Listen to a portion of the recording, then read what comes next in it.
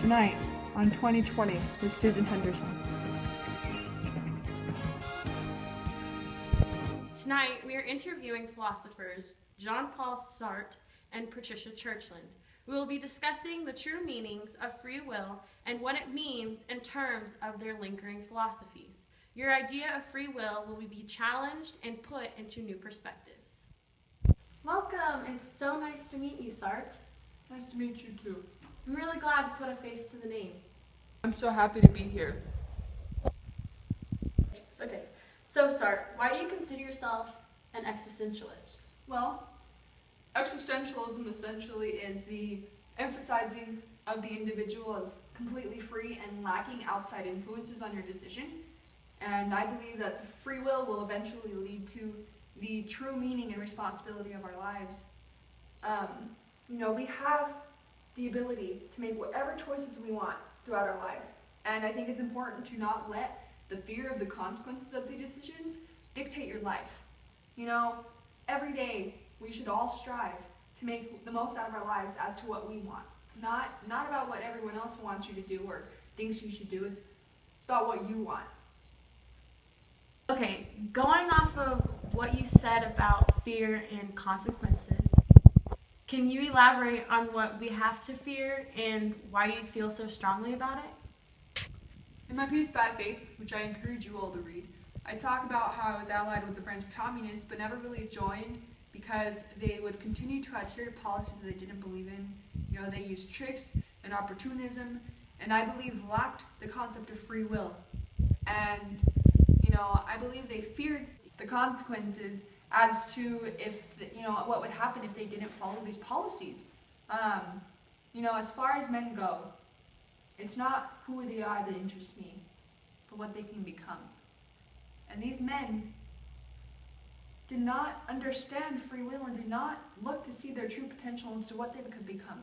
They just were complacent with who they were.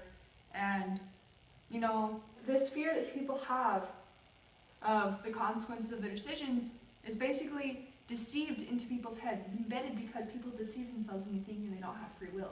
So every day, people go around and they deceive themselves into thinking they don't have free will to make the decisions they want because they don't want to have to face the consequences. And this, I believe, is why people don't want to accept the fact that they have free will because they don't want to take responsibility for the consequences of their actions.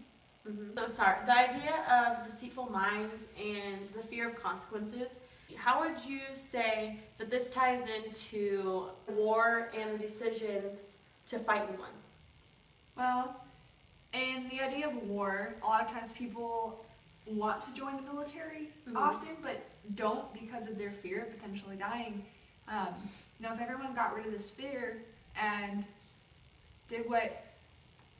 didn't worry about what could possibly go wrong, then we would all take the chances that we wanted to take, right? So there wouldn't be any chances that you don't take. And if we all took the chances that we want to take, we would all be responsible for our lives, right? We would all be completely responsible for our lives because we're doing what we want to do. So if we can do this, then everyone has the opportunity to do what they want to do, and in the case of joining a war, you still have all the opportunities in the world. But in this case, you have the choice to wake up in the morning and fight for your country. You have the opportunity to hide that day so you get rid of the risk of dying. If you hide, you're not going to die, right? And you're being cowardice, but it's still your decision.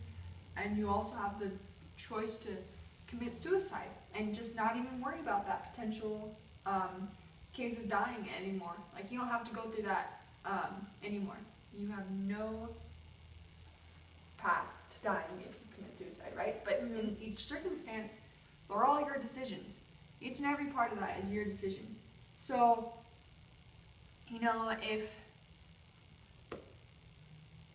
it's all essentially your decision. It's all your decision.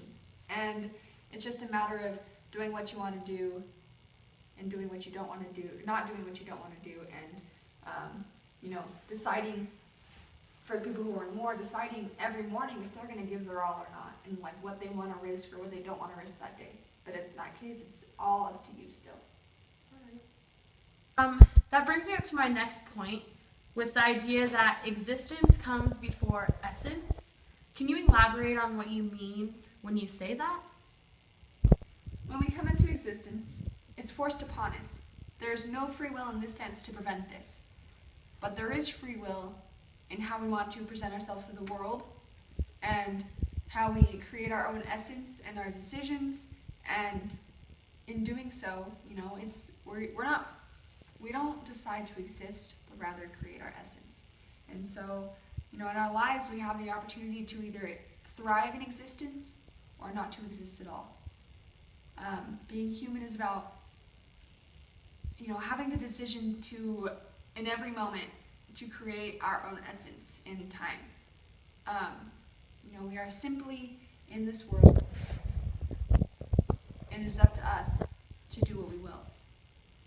Man exists, turns up, appears on the scene, and then decides to define himself.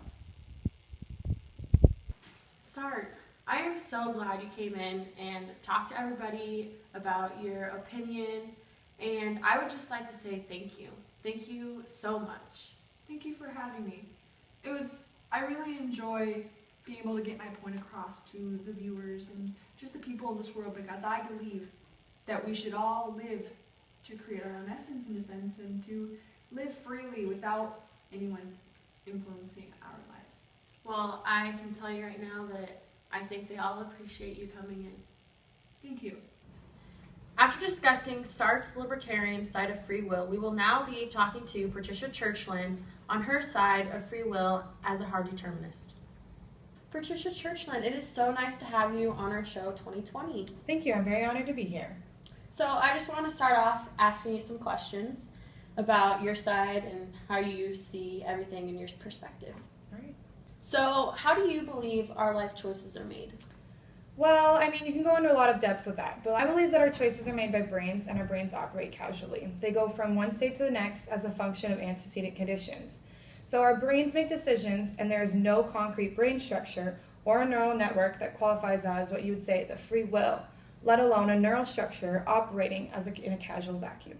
So, an unavoidable conclusion of it all is that a philosophy dedicated to uncaused choice is as unrealistic as a philosophy dedicated to a flat earth.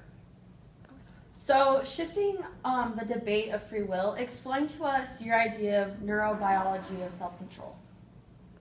Self-control is mediated by pathways in the prefrontal cortex shaped by structures regulating emotions and drives, and it matures as the organism develops. Self-control also allows us to make sense of difficult cases where free will is unhelpful. In my example of the man who had developed a tumor, he had sudden uncontrollable urges. When the tumor was removed, those urges had gone away, and once again he had self-control. But self-control was diminished in this man as the tumor continued to reappear, and this then made free will unhelpful. Patricia, is anyone ever responsible for anything? So in my view, civil life requires it to be so. And with that, the matter of it is we are social animals, and our ability to grow depends on the behavior of others around us and surrounding you and your environment and everything. So the punishment of social harm is justified by the value of all individuals, placed on their social life, and by the limits of the behavior needed to maintain that value. So what is the self of self-control? The self is construction of the brain for monitoring states, setting priorities, and creating the separation of the inner and the outer world. But the beauty, intricacy, and sophistication of the brain that makes me, is vastly more fascinating and infinitely more awesome than the philosophical conception, in my beliefs. So making each of us a work of art, first sculpted by evolution and second by experience in the world. I just wanted to say thank you for coming in. It was nice getting your view and Sartre's view of everything and allowing our viewers to understand the differences between self-control and free will. Thank you for tuning in to 2020. I'm Susan Henderson, and good night.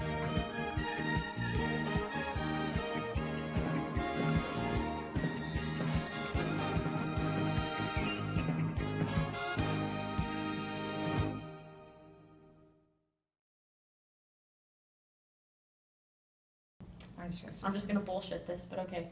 Are we good? We totally bullcrap that. So start. Start now. All right, are you ready to start? Start. Okay. So start.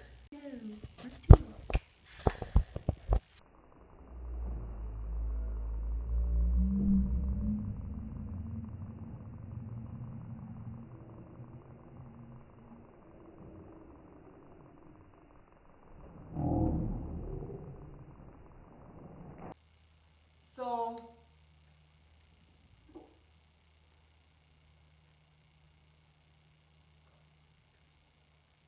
urges. Fuck. What was wrong with that? That was Remove the urges had fucking. My example of the man who had fuck. I can't even remember it now. My example of the man who had fuck. I don't even know what. He developed fucking shit. I'm done.